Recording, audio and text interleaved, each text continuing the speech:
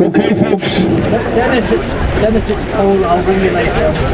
As I say, an awful miserable day, and the crowd that's come out to hear us speak, and we did say you would hear the truth, and now you're about to hear it. This witch hunt started when Tony Blair, as was said, signed over the agreement and collaborated with terrorists, including Sinn Féin and the IRA, and every other Republican party who sided with terrorism. We have an opposition in Parliament, and this man has never apologised. Jeremy Corbyn and everybody else. And they're the ones that's dragging this peace process and trying to leave it firmly at the door of the veterans who served in Northern Ireland and the police force. Well, we can tell you that that's not going to happen. Yeah. The uprising which is arising across the UK is only the start of the Millions March, and we need the public support right across the United Kingdom of Great Britain and Northern Ireland in order that we can overturn these ludicrous decisions while terrorists are roaming this country free with OTR letters and pardons stuffed in their pockets, laughing at the hideous murders that they committed against the people of this country. We will put a stop to that, believe me, and for all those that have turned out today, I can assure you on my watch that any terrorist Republican now gathering information, we will accordingly deal with them in the way that they should have been dealt with before. We're not paramilitary organisations, we are veterans who have had enough. We're not shying behind any more closed doors when there's supposed to be a so-called peace here in Northern Ireland, and people are afraid to put their heads above the parapet. There was 55,000 people served in this province, and if they turned out here today, then the government would have an answer right across the province that they should be dealing with and overturn these decisions. There's one man who has felt the brunt of the British establishment, and his name is Neil Latimer. Neil Latimer was a serving UDR soldier, and 4 of them were convicted, and 3 had their convictions overturned. And Neil Latimer spent 15 years in jail for something he didn't do. We also owe Neil Latimer the support, and those who served in the UDR, and the hideous murders that have continued. The hideous murders that continued at will by the Republican movement must be addressed, and they must be pulled before the courts. We were the legitimate force in this country. Not the terrorists, we were the legitimate force. It's funny how, since 1969, the orderly moderate Catholic fails now to greet the British Army that was brought in between 2 warring factions.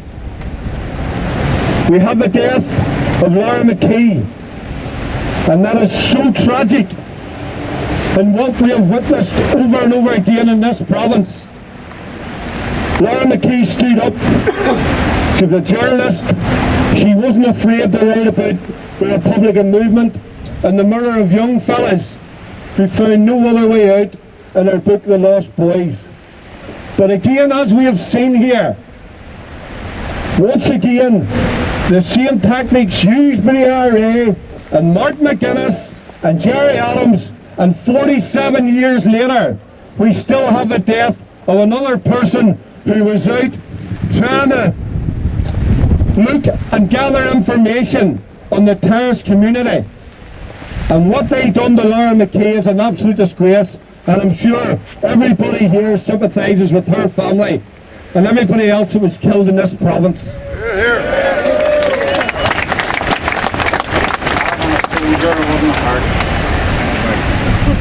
HIU, folks, is only around the corner.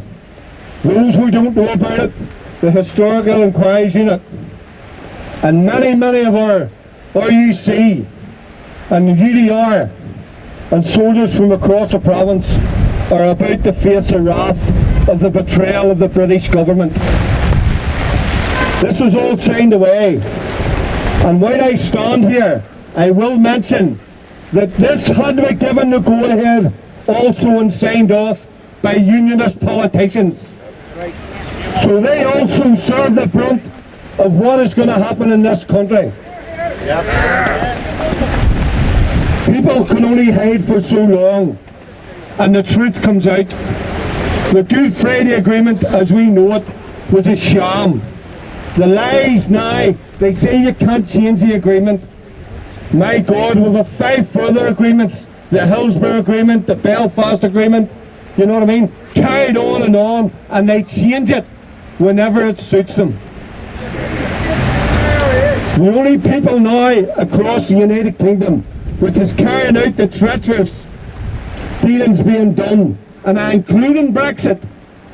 I include this in Brexit because it just wasn't a Northern Ireland vote, it was a United Kingdom vote, and the government is betraying the people of this country. The same way they're betraying the people here now in Northern Ireland. Let's be clear about this, those who don't know a wee bit about history. In 1912, there was a man who formed an army, and his name was Lord Carson. Lord Carson formed an army, and the IRA and the Republican movement and the Dublin government then would have you believe that this army was full of Protestants and Unionists. But let me tell you, they were wrong.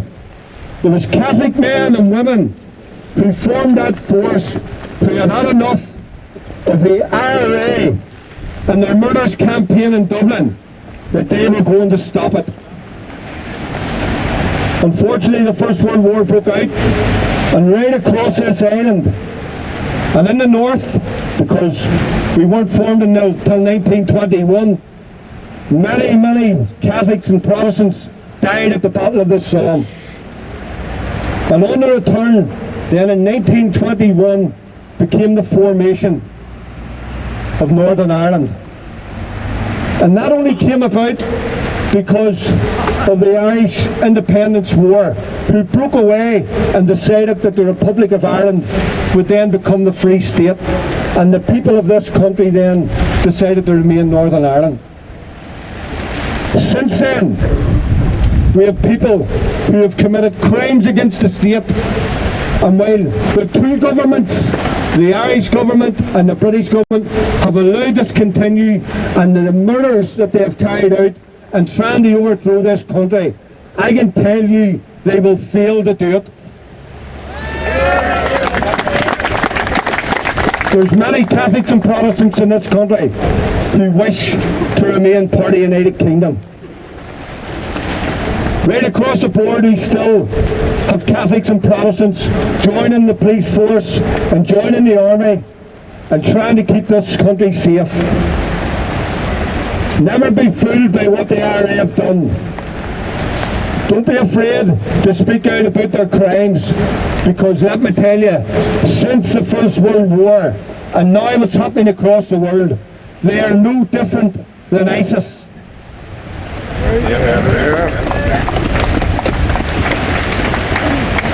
You keep on saying about there was a shoot-to-kill policy in this country.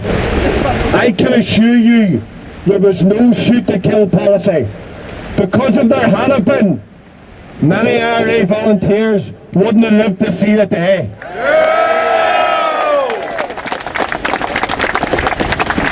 Just ask Mr. Adams.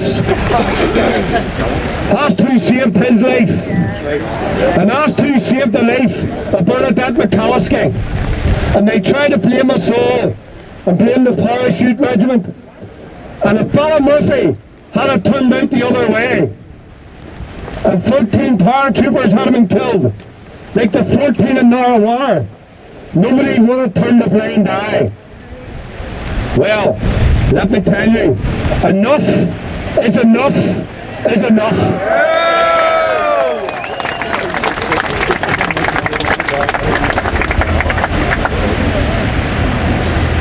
Look, there's so many of us here have turned out and put your head above the parapet.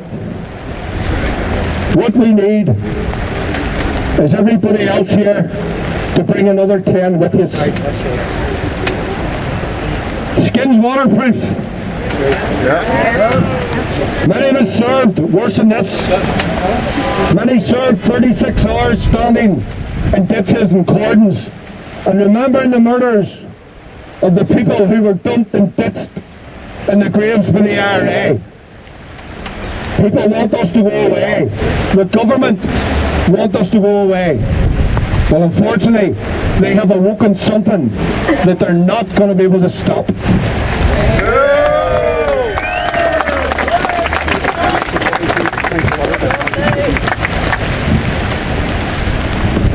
We talk about Bloody Sunday. You heard John Ross. We have many Bloody Mondays, Tuesdays, Wednesdays, Thursdays, Fridays, Saturdays and Sundays that these butchers did to our people and their security forces. People want to rewrite and not mention the RUC. They want to forget about and they want the PSNI to be a new peace-loving force of which they have our full support. For anyone who puts their head above the parapet, Catholic or Protestants, and joins the crown forces of this country in the defeat of terrorism, I applaud every single one of you.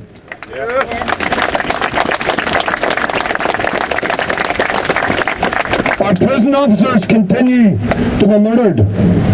Our civil servants, our police officers, the army still continue to be targeted on a daily basis. When you look at the booby trap bomb which could have killed the life of the police officer in Londonderry, only she happened to look out her bedroom window. Well, if it had been me out the bedroom window, I'd have emptied 2 magazines into them anyway. There wouldn't have been here to tell the tale, and they couldn't have done me for shoot for murder, because I would have been quite within my rights of somebody trying to leave me like they left Peter Haffern, a Catholic policeman who tried to do good in this country. We're not here to be shot at no more. There's supposed to be peace on this island. On this island, there is no peace. There's 3 communities on this island. There's a civilian community, there's a security force community, and there's a terrorist community. And 2 out of them 3 are being looked after, and 1 isn't. And you can see by today, and the response that we're getting, who's not being looked after. We have no veteran centres. We have no rehabilitation facilities. We struggle. We cannot go to the hospitals with soldiers who are now suffering from PTSD. Across the UK, 6 and 7 soldiers are committing suicide a week. And the government does nothing. We have nothing here at all. And the reason now that I'm bringing this up is because we have to make a stand. All those who served in this province and now are suffering at the hands, and still suffering at the hands of terrorism, because we have to watch what we say. We have to watch where we go. We have to watch where we socialise. We can't apply for jobs in different areas. And that's our so-called peace. We're the only ones who can change it. Us, the people. And when you leave here today, you take this away. And the rallies that are going to conform right across the Great Britain and the United Kingdom is going to be tenfold. The government will have to enact and stop this witch hunt. Many RUC officers, or former RUC officers, are waiting to knock on the door. This isn't just about veterans of the army community. And my advice to you all today is, if that knock comes to the door, say nothing. Do not invite them in for a cup of tea. Do not invite them in. Do not have a conversation, because believe me, they will turn every aspect back on you just to try and see what happened. There was a conversation by a young soldier in Londonderry, and I'm surprised John never mentioned this. And after he came in from Bloody Sunday, they were talking, and he said it was a job well done. Now, the journalist then took that clipping and then put it out and made that individual as if he said a job well done, meaning that innocent people, as he said, were killed. They didn't listen to the whole conversation. When the soldier got in and they were talking, he said, well, we got everybody back in today and we never lost nobody. So it was a job well done. So what I'm saying to you is, you be very, very careful in what you're saying and what you're talking about, because your words will be twisted. I have no doubt my words will be twisted up here. Nobody here has anything to fear because of the Republican movement. That's right. As Jerry Adams says, they've gone away. Well, I'm going to stand here and tell you they've gone nowhere, but then neither have we, the veteran community.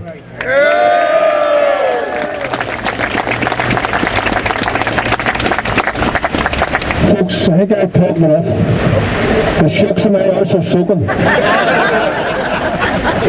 Don't be putting that on TV, by the way. Alright? Yeah. Just getting that waterproof. There's a moment of big. You know, I want to thank everybody. And when I say everybody, I mean the public who have stuck to listen, the organisers, the flag protest, and especially you, the people. Because I can't do this if I don't have the support of you people. I can't do it if we do not liaise with the police. I can't do it if we do not have the support of all those who served in the civil service, the prison service, the RUC, the EDR, and our friends, the mainland UK Army, of which we're such a part of. We will not let this lie at the door of the veterans in Northern Ireland. And the people in the UK will not let this lie at the door of the veterans in Northern Ireland. We all stand together as one. From us to the parachute regiment, till every single cat badge who served in the British Army. We are now here and we're coming forward. There's nowhere and no one going backwards. So when you leave here today, you take it and you tell the supporters, and hopefully the next time we come here, we'll have a bigger turnout that we'll block the whole of Royal Avenue.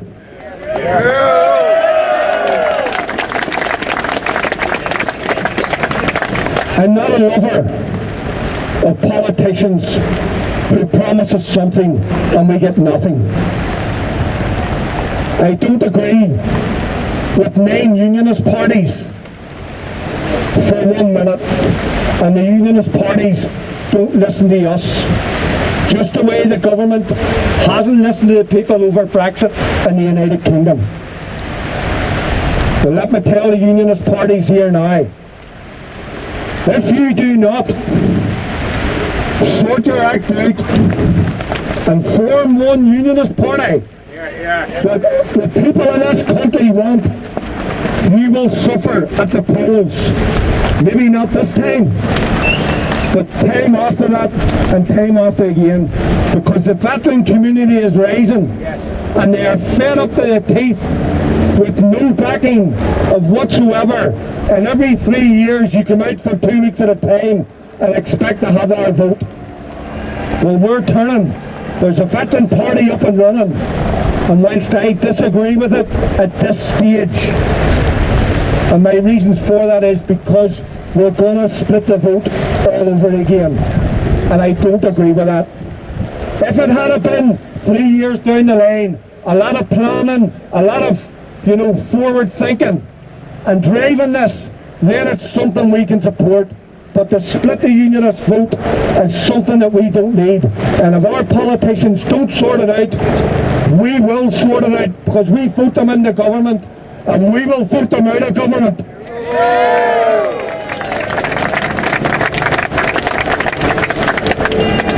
Folks, listen, thank you very much.